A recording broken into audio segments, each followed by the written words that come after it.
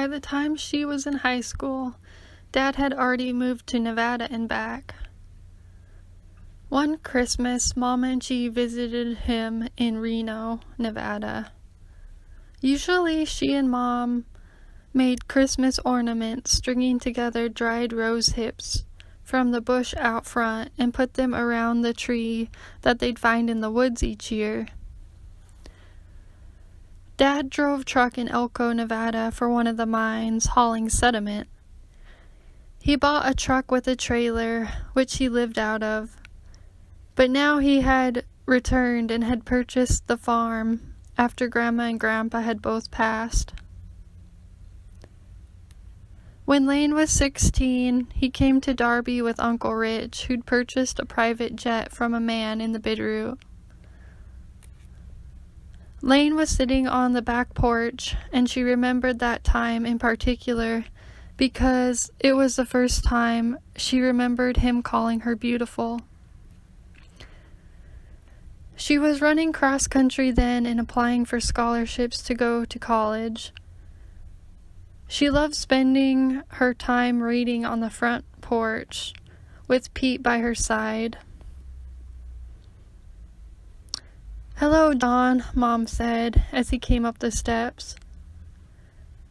Dad was there to take her to Girls' State, which she'd been selected to go to by a group of teachers who found her, even though not outspoken, a quiet leader. It lasted a week before Dad picked her up again to stay at the farm for a few weeks. They were going to go camping. When Laine got to the farm, it seemed she had not been there since Grandma and Grandpa both died, and the place looked and felt more empty than usual. "Did you clean the camper yet?" Dad asked, waking up one morning. It was weird growing up how Dad always disappointed her, and Mom seemed to hold the disappointment over her head, like, "You think this is bad? You should have known what I'd gone through." A voice at the back of Laine's mind urged her to not say anything bad about Mom.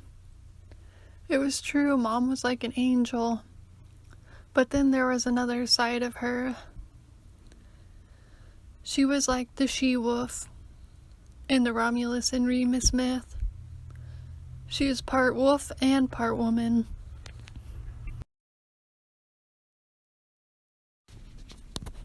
Lupina is the wolf mother who discovered Romulus and Remus of the myth about the founding of Rome. She finds them in a basket on the side of the river and decides to pick them up with her teeth and take them and raise them with the Good Shepherd.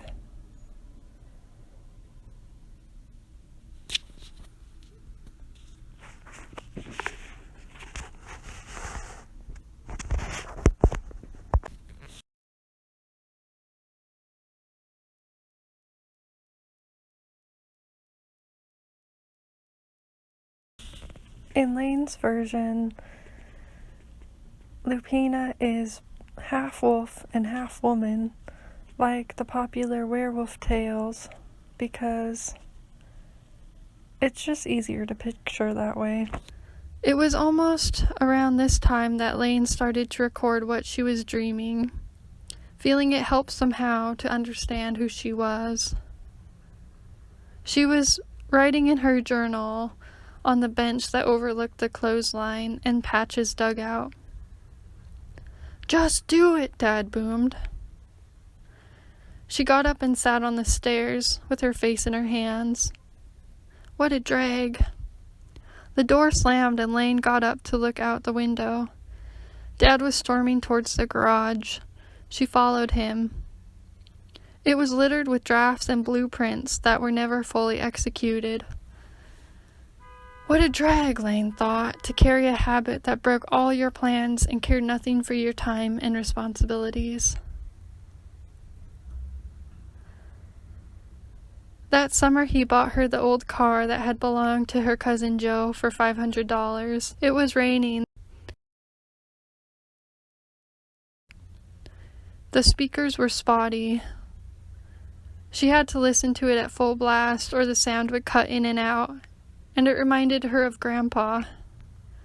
She watched the colors outside blur, the orange windsock on the post. The voices bellowed out, "When Irish eyes are smiling, they will steal your heart away." In the end, Dad and Laine cleaned the camper together. Uncle Reese joined them, Mom's brother, who she'd have to say was her favorite uncle. They drove to Devil's Peak. Dad's old station wagon chugged up the mountain before making a creaking noise and then a pop. Dad pulled over and opened the hood. "You have to see this," he said. "There's a rock chuck under there."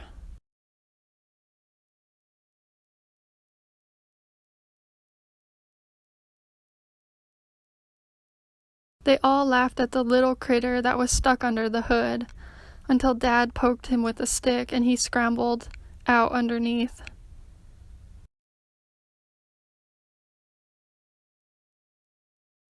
When they got back to the farm, she remembered Mom was sitting at the long oak table. Mom told Dad he was an alcoholic, and he said he knew that.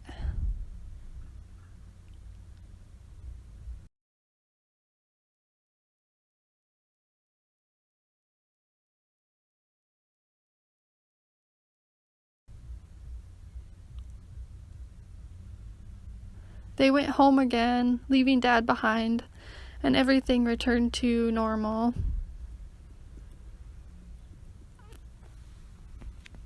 Thanks for watching my video, guys. I'll be back with another video next Wednesday. Until then, ciao!